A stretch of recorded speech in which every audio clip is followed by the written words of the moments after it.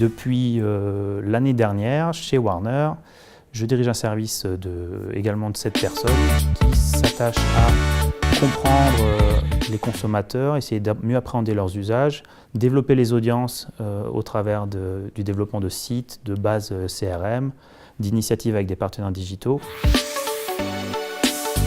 C'est aussi une culture, puisque là on parle de management de la culture, mais c'est une culture de l'entrepreneuriat, une culture de l'approche du management qui est un peu particulière et je pense qui a participé à me former, mais ou en tout cas moi, dans laquelle je me suis retrouvé.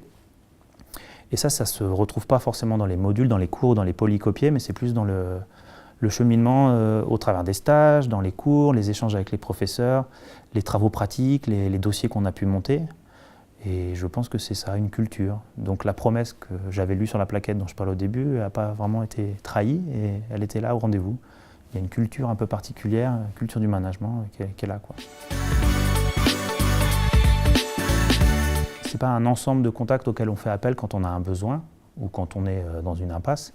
C'est quelque chose qui s'alimente, qui s'anime. Et par les nouveaux moyens, notamment Internet, je pense que c'est quelque chose qui se développe de plus en plus dans cette dimension sociale et animée, avec aussi de la remontée d'informations. Un réseau, c'est aussi suivre le parcours des gens, qu'est-ce qu'ils deviennent, où ils en sont, et comment ils communiquent aussi sur ce qu'ils produisent, où ils en sont. Je pense que ça permet aussi de construire des relations de confiance durables, le réseau. Et alors, à l'échelle d'une école comme Audencia, je pense aussi que c'est quelque chose sur lequel on peut s'appuyer pour sa carrière.